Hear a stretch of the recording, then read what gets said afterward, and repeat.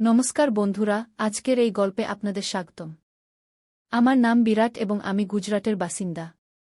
এই গল্পটি আমার এবং আমার মায়ের, যা একটি সত্য ঘটনার উপর ভিত্তি করে।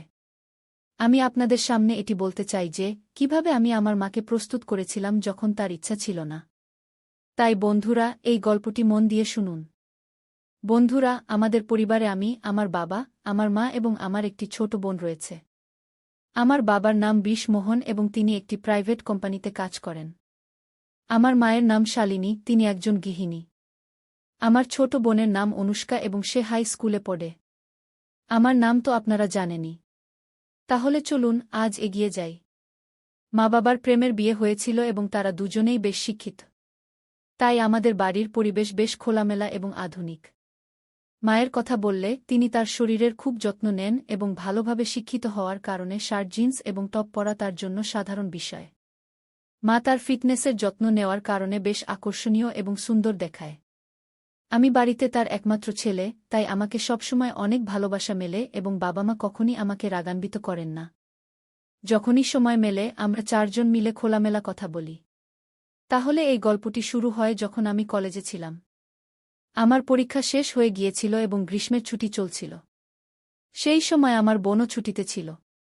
যেহেতু আমি কখনই দাদু দাদির বাড়ি যাইনি, তাই আমি ছুটি বাড়িতেই কাটানোর সিদ্ধান্ত নিয়েছিলাম। যদিও আমার বোন নানির বাড়ি যাওয়ার জন্য জিদ করতে শুরু করেছিল, তাই বাবা তাকে নানির বাড়ি রেখে এসেছিলেন। আমার জন্য বাড়িতে ছুটি কাটাতে কোনো সমস্যা ছিল না, কারণ আমি বাড়িতে ল্যাপটপে গেম খেলতাম এবং মোবাইলের সময় কাটাতাম। একদিন আমি ল্যাপটপে গেম খেলছিলাম এবং সেই সময় বাড়ির কাজের মেয়ে ছুটিতে গিয়েছিল, তাই মাকেই সব কাজ করতে হচ্ছিল। বাবা সকালে অফিস চলে গিয়েছিলেন এবং মা বাড়ির কাজ সামলাচ্ছিলেন। তিনি সেই দিন রাজস্থানী পোশাক পরেছিলেন এবং যেহেতু তিনি বাড়িতেই ছিলেন, তাই তিনি দুপুরটা নেননি। এই সময় মা আমার ঘরে এসে ঝাড়ু দিতে শুরু করলেন। আমি বিছানায় বসে গেম খেলছিলাম। যেই মা ঘরে এলেন এবং ঝাড়ু দিতে শুরু করলেন, আমি তার দিকে মনোযোগ দিতে শুরু করলাম, কারণ তিনি দুপুরটা নেননি। কিছু জিনিস স্পষ্ট দেখা যাচ্ছিল। হঠাৎ মা আমার দিকে তাকিয়ে বললেন, উঠ, আমাকে বিছানার চাদর ঠিক করতে দাও, তারপর তোমার গেম খেলো। তখন আমি তৎক্ষণাৎ অন্য দিকে তাকানোর ভান করলাম এবং উঠে বাথরুমে চলে গেলাম। বাথরুমে গিয়ে আমি ভাবলাম, কি জানি মা আমাকে দেখে ফেলেছেন কিনা। সেই সময় আমি ভয় পেয়েছিলাম, কিন্তু আমার মনে নানা রকম ভাবনা চলতে শুরু করেছিল। আমি বুঝতে পারছিলাম না যে যা আমি দেখলাম এবং ভাবলাম তা সঠিক ছিল নাকি ভুল। তারপর আমি বেডরুমে ফিরে এসে বসে পড়লাম, কিন্তু এখন আমার মনোযোগ গেম খেলায় লাগছিল না। বিছানার চাদর ঠিক করে মা রান্নাঘরে চলে গিয়েছিলেন, তখন আমি রেহাই পেলাম যে মা কিছু সন্দেহ করেননি। তারপর আমি আমার ল্যাপটপ বন্ধ করে দিলাম এবং মোবাইলের সময় কাটাতে লাগলাম। হঠাৎ আমার কাছে একটি নোটিফিকেশন এলো এবং আমি সেটিতে ক্লিক করলাম। সেখানে আমি অনেক গল্প দেখলাম, যার মধ্যে একটি গল্প ছিল মা এবং ছেলের সম্পর্কে। আমি সেই গল্পটি পড়লাম, যেখানে ছেলে তার মায়ের সাথে কিভাবে আনন্দ উপভোগ করে। সেই গল্প পড়ে আমার মনেও একই রকম কিছু ভাবনা আসতে শুরু করল। তখন আমি বাথরুমে গিয়ে আমার মায়ের সম্পর্কে ভাবতে ভাবতে হাতে কিছু করলাম, তারপর বাইরে এসে দেখলাম যে মা রান্নাঘরে খাবার বানাচ্ছেন। তারপর আমি ফ্রিজ থেকে পানির বোতল নিতে নিতে মায়ের দিকে তাকিয়েছিলাম। তিনি আমার দিকে পিঠ করে দাঁড়িয়েছিলেন এবং আমি তাকে মনোযোগ দিয়ে দেখছিলাম। তার মনোযোগ খাবার বানানোর মধ্যে ছিল, তাই তিনি বুঝতে পারেননি যে আমি তাকে কিভাবে দেখছি। এবং ঠিক তখনই হঠাৎ মা পিছন ফিরে আমার দিকে তাকিয়ে বললেন, কি রে বিরাট, কি হয়েছে? কি দেখছিস? আমি ঘাবড়ে গেলাম এবং অবস্থা সামাল দিতে বললাম, কিছু না মা, আমি দেখছিলাম যে আমার প্রিয় মা কত পরিশ্রম করেন, সকাল থেকে রাত পর্যন্ত। এটি শুনে মা খুব খুশি হলেন এবং তিনি বললেন, হ্যাঁ বেটা, কিছু বছরের মধ্যে তোমারও বউ চলে আসবে আমার সাহায্য করার জন্য। এবং মা হেসে পড়লেন। এতটা বলার পর আমি আমার বেডরুমে চলে গেলাম এবং ভাবলাম যে মা জানেন কি যে আমি তাকেই দেখছিলাম এবং কি ভাবছিলাম। এইভাবে মাকে দেখতে দেখতে কয়েকদিন কেটে গেল এবং তখন আমি ভাবলাম যে শুধু দেখলে কিছু হবে না, কিছু পরিকল্পনা করতে হবে। এমন ভাবতে ভাবতে সন্ধ্যা হয়ে গেল এবং বাবা অফিস থেকে বাড়ি ফিরে এলেন।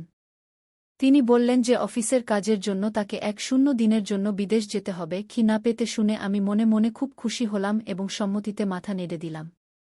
তারপর 3 দিন পর বাবা চলে যাচ্ছিলেন এবং আমি ঠিক করলাম যে যা কিছু করতে হবে এই 1 দিনের মধ্যেই করতে হবে, না হলে আর এমন সুযোগ মিলবে না। পরের দিন মঙ্গলবার ছিল, বাবা চলে যাচ্ছিলেন, তাই একটু শপিং করতে হবে। মা এবং বাবা শপিং করতে বের হতে যাচ্ছিলেন, তখন আমাকে জিজ্ঞাসা করলেন, তুমি আসবে? আমি না করে দিলাম এবং বললাম, তোমরা যাও, আমি গেম খেলব। তারপর তারা দুজন চলে গেলেন এবং তারা যাওয়ার সাথে সাথেই আমি দরজা লক করে তাদের বেডরুমে গেলাম। আমি আলমারি খুলে দেখলাম যে আমার কোনো আইডিয়া মেলে কিনা, তখনই আমার একটি উপায় মাথায় এল। আমি আরও খুঁজতে লাগলাম এবং মায়ের লিপস্টিক ও বডি স্প্রে পেলাম। খুঁজতে খুঁজতে মায়ের অনেক কাপড় পেলাম, তার মধ্যে একটি ড্রেস পেলাম যা মায়ের ওয়ান পিস ছিল, লাল রঙের। এটি দেখে আমি ভাবলাম, মা এই ড্রেসে কেমন দেখাবে? ভাবতে ভাবতে আমি আলমারিতে কাপড় ঠিকঠাক করে রাখলাম, কিন্তু বেডরুমে মায়ের ফটো দেখে আবার কিছু অদ্ভুত অনুভূতি হল। এখন আমি মনে মনে ঠিক করলাম যে মায়ের নামে আর কিছু হবে না, এখন কিছু করতেই হবে, তবেই আমি শান্ত হতে পারব। সবকিছু ঠিকঠাক গুছিয়ে আমি হোল রুমে এসে টিভি দেখতে লাগলাম, তখনই মা এবং বাবা ফিরে এসে বসে গেলেন। এইভাবে সেই দিন কেটে গেল এবং পরের দিন বাবা চলে যাচ্ছিলেন, তাই মা তাড়াতাড়ি উঠে সবকিছু গুছিয়ে দিলেন এবং বাবাকে নাস্তা দিয়ে বাড়ির বাকি কাজে লেগে গেলেন। সকাল ৮টায় বাবা আমাদের বিদায় বলে চলে গেলেন এবং মাও বাড়ির কাজে ব্যস্ত হয়ে গেলেন। বাবার কোম্পানির কাজে বাইরে যাওয়া আমাদের জন্য কোনো নতুন বিষয় ছিল না। মা তাড়াতাড়ি উঠে বাবাকে সামলানোর চেষ্টায় গোসল করতে যাননি। বাবার চলে যাওয়ার পর সকাল ৯:০০ বাজে মাম্মি নাহাতে চলে গেল আর আমি হলে টিভি দেখছিলাম। হঠাৎ মাম্মির আওয়াজ এল, কি বিরাট তোয়ালে দে দোগু। আমি বাইরেই ভুলে গিয়েছিলাম। আমি তৎক্ষণাৎ তোয়ালে নিয়ে গেলাম। মাম্মি দরজা একটু খুলল আর তোয়ালে নেওয়ার জন্য হাত বাড়াল। যখন মাম্মি তোয়ালের জন্য হাত বাড়াল তখন আমি দেখলাম মাম্মির চুল সম্পূর্ণ ভেজা ছিল, তার হাত থেকে পানি টপকাচ্ছিল আর তার মুখ ও হাতে পানির বিন্দু দেখে মাম্মি আমার কাছে অত্যন্ত সুন্দর লাগল। যখন মাম্মি হাত সামনে করল তখন সে একটু সাইডে সরে গিয়েছিল, তখন আমি তাকে একটু দেখলাম আর তার উপর পানির বিন্দু ছিল। তার হাত যেন আমাকে ভিতরে ডাকছিল, কিন্তু সে চালাক ছিল, তৎক্ষণাৎ ভিতরে সরে গেল এমন লাগছিল। আমি ক্ষণাৎ ভিতরে গিয়ে তাকে দাঁড়িয়ে দাঁড়িয়েই আনন্দ দেই। যাই হোক, পাপা বাড়িতে ছিল না, কিন্তু আমি নিজেকে নিয়ন্ত্রণ করলাম আর হলে এসে বসলাম। তারপর ৫ মিনিট পর মাম্মি তোয়ালে জড়িয়ে হলে এল আর টিভির পাশের শীষের সামনে দাঁড়িয়ে হেয়ার ড্রায়ার দিয়ে চুল শুকাতে লাগল। আমি আরও বেশি অস্থির হয়ে গেলাম আর তাকে পেছন থেকে দেখতে লাগলাম। যখন মাম্মি তার চুলে হাত দিয়ে হেয়ার ড্রায়ার দিয়ে চুল শুকাচ্ছিল তার জন্য এসব নর্মাল ছিল, কিন্তু তার কি জানা ছিল পেছনে সোফায় বসে থাকা ছেলে তাকে আনন্দ দিতে পাগল হয়ে যাচ্ছে আর তাকে পেছন থেকে দেখছে। আমি মনে মনে ভাবলাম আজ থেকেই চেষ্টা করা উচিত। আর আমি সময় নষ্ট না করে বললাম, মাম্মি তুই সবসময় ৫৭ ড্রেসই পরিস বাড়িতে কি? তখন মাম্মি বলল, কেন রে বেটা, এমন কি আছে? আমি যা ভাল লাগে তাই পরি, তোমার কেন মনে হয় অন্য কিছু পরা উচিত? তখন আমি বললাম, কিছু না মাম্মি, কাল যখন তুই জিন্স আর টপ পরেছিলি তখন এমনিতেই বলছিলাম কি? তখন মাম্মি বলল, ও অরে পাগল, বাড়িতে কে জিন্স আর টপ পরে বাইরে যেতে হলে তো পরবেই নাকি? তারপর আমি বললাম, কি এমন না মাম্মি, যখন তুই শাড়ি আর রাজস্থানী ড্রেস পরিস তখন একটু বয়স্ক লাগে তাই বললাম। তারপর মাম্মি উত্তর দিল, কি এখন যুবক বকর কি করব? যাকে ভালোবেসেছি তার সাথে বিয়ে করেছি, আর এখন তোমার মতো অলস ছেলে আর অনুষ্কার মতো সুন্দর মেয়ে আছে, আর কি চাই? এত বলেই মাম্মি জোরে হেসে উঠল আর বেডরুমে কাপড় পরতে চলে গেল। আমিও হেসে উঠলাম আর টিভি দেখতে লাগলাম। কিছুক্ষণ পর মাম্মি বাইরে এল। কাপড় বদলে দেখে আমার খুশিও হলো আর নারাজগিও হল, কারণ সে আমার কথা মানল। নারাজ এজন্য যে সে আবার সম্পূর্ণ ঢেকে গেল। মাম্মি হলে এল আর বলল, এখন কেমন লাগছে? আমি হতভম্ব হয়ে বললাম, কি বাহ, এখন তুই একদম আমার বয়সের মেয়ে লাগছিস। মাম্মি বলল, অরে বুদ্ধু, তোর আর আমার মধ্যে ১৮ বছরের পার্থক্য আছে, আর আমি কেমন করে তোমার বয়সের লাগতে পারি?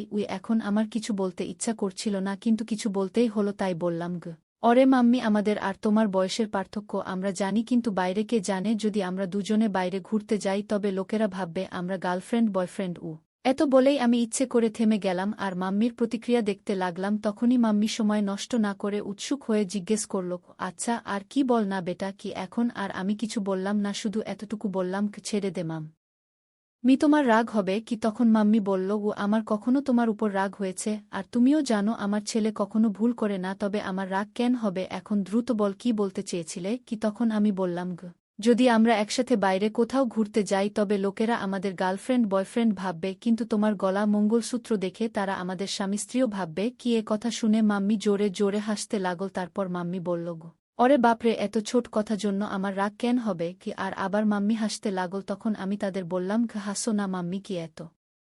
বলেই মাম্মি আমাকে টিটকারি দিতে আবার হাসা শুরু করল আর আমি মাম্মির দিকে দৌড় দিলাম মজা করে মারার জন্য। মাম্মি তখন দৌড়ে কিচেনে চলে গেল আর হাসতেই থাকল। তারপর আমি হলে বসে ভাবতে লাগলাম যে কি চলো, শুরু তো হলো, কিন্তু এখনও অনেক কাজ বাকি, আর তা ঠিক ততটাই কঠিন। মাম্মি খুব সংস্কারবান, আর আমি কখনো তাকে এমন অনুভব করিনি যে সে এমন কিছুর অভাব বোধ করছে। মাম্মি আর পাপার প্রেমের বিয়ে হওয়ায় খুশি তো তাদের আগে থেকেই আছে, প্রয়োজন তো আমার ছিল, আর আমাকে সেই প্রয়োজন যে কোনো অবস্থাতেই পূরণ করতে হবে, তাও মাম্মি দিয়ে কি। তারপর কিছুক শোন পর আমি আবার চেষ্টা শুরু করলাম। মাম্মি কিচেনে কাজ করছিল, আমি সেখানে গেলাম আর বললাম, কি মাম্মি, তোমাকে রোজ রোজ এই কাজ করতে করতে বিরক্ত লাগে না? তখন মাম্মি বলল, না বেটা, যখন আমাদের কাজের বাই আসে তখন আমার আরাম হয়। কি তখন আমি বললাম, গো মা, এখন তো ছুটি শুরু হয়েছে আর আমার খুব বরিয়ত অনুভব করছিলাম। তখন মা বললেন, তাহলে কি করব, কোথায় যাব ঘুরতে? আমরা দুজনেই বাড়িতে আছি। তখন আমি বললাম, হ্যাঁ চলো মা, কিন্তু বাবা আসার পর। তখন মা বললেন, তাহলে এতক্ষণ কি করবে? আমি বললাম, আমার একটা গেম জানা আছে, যদি তোমার কোনো আপত্তি না থাকে তাহলে খেলি বাড়িতে। মা বললেন, আমার ল্যাপটপে গেম খেলতে কোনো আগ্রহ নেই, অন্য কিছু বলো। তখন আমি বললাম, আরে আমার প্রিয় মা, ল্যাপটপে নয়, শুধু এমনি আমরা দুজন খেলব। তখন মা বললেন, আচ্ছা ঠিক আছে, কোনো গেম? আমি বললাম, মা, ট্রুথ অ্যান্ড ডেয়ার। তখন মা বললেন, আচ্ছা সেই গেম, ঠিক আছে খেলি, কিন্তু আগে আমাকে বাড়ির কাজ শেষ করতে দাও, তারপর খেলব। তখন আমি বললাম, ঠিক আছে মা, তখন পর্যন্ত আমি আমার বেডরুমে যাই, যখন তোমার কাজ শেষ হবে তখন বেডরুমে চলে আসবে। এ কথা বলে আমি তাকে পিছন থেকে জড়িয়ে ধরে গালে একটি চুমু দিলাম এবং তারপর বেডরুমে গিয়ে বসে রইলাম। আমি বেডরুমে বসে ভাবতে লাগলাম, মা প্রস্তুত তো হয়ে গেছেন, কিন্তু কি জিজ্ঞাসা করব যাতে তার রাগ না হয় এবং আমার কাজও হয়ে যায়। কিছুক্ষণ পর মা বেডরুমে এলেন এবং আমার সামনে বসে গেলেন। তখন মা বললেন, এখন বলো কি খেলতে হবে? তখন আমি বললাম, মা, তোমাকে তো জানাই ট্রুথ অ্যান্ড ডেয়ার গেম, এখন আমাকে বলো গেমের শুরু তুমি করবে নাকি আমি? তখন মা বললেন, তুমিই শুরু করো। তখন আমি মাকে জিজ্ঞাসা করলাম, তোমাকে ট্রুথ চাই নাকি ডেয়ার? মা বললেন, ট্রুথ। তখন আমি প্রশ্ন করলাম, তোমার বিয়ের আগে কোনো বয়ফ্রেন্ড ছিল? আমার প্রশ্ন শুনে মা বললেন, এ কী ধরনের প্রশ্ন বিরাট? তখন আমি বললাম, এটাই আমার প্রশ্ন, আর তুমিই তো ট্রুথ বেছে নিয়েছ, এখন বলো। তখন মা বললেন, হ্যাঁ আমার বয়ফ্রেন্ড ছিল, এবং সে তোমার বাবাই। এরপর আমি মাকে বললাম, এখন তুমি আমাকে জিজ্ঞাসা করো, আমারও ট্রুথ। তখন মা একটু ভেবে আমাকে প্রশ্ন করলেন, মা বললেন, তোমার কোনো গার্লফ্রেন্ড আছে? তখন আমি হ্যাঁ বলে উত্তর দিলাম এবং বললাম, হ্যাঁ আছে, সে আমার সামনেই বসে আছে। আমার উত্তর শুনে মা একটু রেগে বললেন, আরে বেটা, এমন বলা ভুল, আমি তোমার মা। শুরুতে আমার আত্মবিশ্বাস একটু কমে গেল, কারণ মায়ের এমন গেমে কোনো আগ্রহ ছিল না এবং তিনি সংস্কারমনা ছিলেন। কিন্তু আমি হার মানতে রাজি ছিলাম না। তখনই আমি বললাম, আরে মা, মজাকেই বলেছিলাম, তুমি তাড়াতাড়ি রেগে যাও কেন? তখন মা ভালোবাসার হাসি দিয়ে হেসে উঠলেন এবং মাথা নাড়লেন। এরপর আবার আমি মাকে জিজ্ঞাসা করলাম, এখন তোমাকে কি চাই, ট্রুথ নাকি ডেয়ার? তখন আবার মা ট্রুথ বললেন। তখন আমি তাকে প্রশ্ন করলাম, বিয়ের আগে তুমি কি কখনো আনন্দ নিয়েছ বা কোনো গেম খেলেছ? তখন মা রেগে বললেন, বিরাট, এটা বেশি হয়ে যাচ্ছে, আমার মনে হয় না তোমার এমন প্রশ্ন জিজ্ঞাসা করা উচিত, এখন আমাদের এখানেই রাখা উচিত। তখন আমি বললাম, আরে মা, আমরা ভালো বন্ধু, আর আমার মনে হয় না তুমি আমার কাছ থেকে কিছু লুকিয়ে রাখতে পারবে, যদি তুমি আমাকে ভালোবাসো এবং আমার উপর বিশ্বাস রাখো। তখন মা বললেন, কিন্তু বেটা, তুমি আমার ছেলে, আর এসব কথা ঠিক নয়। তখন আমি তাকে বললাম, মা, তুমি তো অনেক পড়াশোনা করেছ, তবুও তোমার এসব কথা ভুল লাগে। এগুলো সেই সব কথা যা আমাদের ফার্স্ট সায়েন্সে শেখানো হয়। তখন মা বললেন, এগুলো সায়েন্সে শেখানো হয় না বেটা। তখন আমি বললাম, না শেখানো হয়, তাহলে আমাকে এসব বিষয়ে কিছুই জানা উচিত নয়। এরপর মা বললেন, তোমার সব কিছু জানার পূর্ণ অধিকার আছে, কিন্তু মনে রেখো তুমি কাকে জিজ্ঞাসা করছ। তুমি আমাকে, অর্থাৎ তোমার মাকে এসব জিজ্ঞাসা করছ। তখন আমি বললাম, মা, তোমাকেও তো জানা আমার কোনো বন্ধু বা গার্লফ্রেন্ড নেই, তাহলে আমি কাকে জিজ্ঞাসা করব? তুমিই আছ যার সাথে আমি সব কথা বলি। তখন মা একটু খারাপ লাগল, কারণ ছোটবেলা থেকেই আমি বেশি বাইরে যাইনি এবং তাই আমার বেশি বন্ধুও ছিল না। তার বুঝতে অসুবিধা হল না যে আমি মানব না, তাই তিনি কথা বলতে রাজি হলেন। তখন মা বললেন, হ্যাঁ আমরা কয়েকবার এমন করেছি এবং একবার আনন্দ নিয়েছিলাম। তখন আমি বললাম, মা, এত ছোট কথা বলতে এত সময় নিলে? তখন মা বললেন, এখন তো খুশি হয়েছ না? আমি হার মানিনি, কারণ আমি জানতাম, যদি এখন থামি তবে আর কখনো মায়ের সাথে কথা বলতে পারব না। কোনোভাবে মাকে শান্ত করলাম এবং গেম আবার শুরু করলাম। আমি বললাম, ঠিক আছে মা, গালি সঠিক, এখন আমি করব। তখন মা বললেন, হ্যাঁ দ্রুত করো। তখন আমি মায়ের কাছে গেলাম এবং কিছুক্ষণ তাকিয়ে থাকলাম। তারপর আমি যা করা উচিত ছিল না তা করলাম। ধীরে ধীরে মাকে প্রস্তুত করে আমি মজা নেওয়া শুরু করলাম। এখনই কিছুটা নিয়েছিলাম, তখনই মা আমাকে থামানোর চেষ্টা করলেন। তখন আমি অনুভব করলাম যে আমি আমার সীমা অতিক্রম করছি। এই সময় মায়ের চোখে অসন্তোষ এবং চিন্তা স্পষ্টভাবে দেখা যাচ্ছিল। তিনি আমাকে স্নেহে বুঝিয়ে বললেন, বিরাট, এই সব কথা একটি মজাক পর্যন্ত ঠিক আছে, কিন্তু মাছেলের সম্পর্কের একটি মর্যাদা আছে, আমাদের তা অতিক্রম করা উচিত নয়। আমি মায়ের কথা গভীরভাবে নিলাম। আমিও বুঝতে পারলাম যে মায়ের মন কষ্ট দেওয়া ভুল ছিল। আমি মায়ের কাছে তাড়াতাড়ি ক্ষমা চাইলাম এবং প্রতিশ্রুতি দিলাম যে এখন থেকে এমন কোনো মজাক করব না যা আমাদের সম্পর্কে দূরত্ব আনবে। মা আমার ক্ষমা গ্রহণ করে আমাকে জড়িয়ে ধরে বললেন, বেটা, আমি সবসময় তোমার বন্ধু থাকব, কিন্তু আমাদের এও মনে রাখতে হবে যে আমাদের সম্পর্কের কিছু সীমা আছে। তখন আমি মাকে বললাম, হ্যাঁ মা, এখন আমি বুঝেছি, আমি আপনাকে কখনো কষ্ট দেব না। এরপর আমরা দুজনেই হেসে আবার সাধারণ কথোপকথন শুরু করলাম। এখন মা আমাকে আমার বন্ধুদের সাথে বেশি সময় কাটানোর পরামর্শ দিলেন এবং বললেন যে জীবনে সম্পর্কের মর্যাদা এবং সম্মান বজায় রাখা অত্যন্ত গুরুত্বপূর্ণ। এই কথোপকথন আমাকে শিখিয়েছে যে মজাকেরও একটি সীমা আছে এবং সম্পর্কে পারস্পরিক বোঝাপড়া এবং সম্মান থাকা উচিত। শেষে আমরা দুজনেই একে অপরের সাথে হেসে খেলা শেষ করলাম এবং এই প্রতিশ্রুতি দিলাম যে আমাদের মধ্যে বন্ধুত্ব এবং ভালোবাসা সবসময় থাকবে, কিন্তু সম্পর্কের মর্যাদা কখনো ভুলব না। তাই বন্ধুরা, এটা ছিল আমাদের আজকের ছোট্ট গল্প। আপনি এই গল্পটি কেমন লাগলো কমেন্ট করে অবশ্যই জানাবেন। যদি গল্পটি পছন্দ হয়ে থাকে তবে লাইক করুন এবং আপনার বন্ধুদের সাথে শেয়ার করুন। এগিয়ে এমনই রোমাঞ্চকর গল্পের জন্য আমাদের চ্যানেল সাবস্ক্রাইব করুন এবং বেল আইকন টিপতে ভুলবেন না, যাতে আপনি আমাদের কোনো গল্প মিস না করেন। ধন্যবাদ।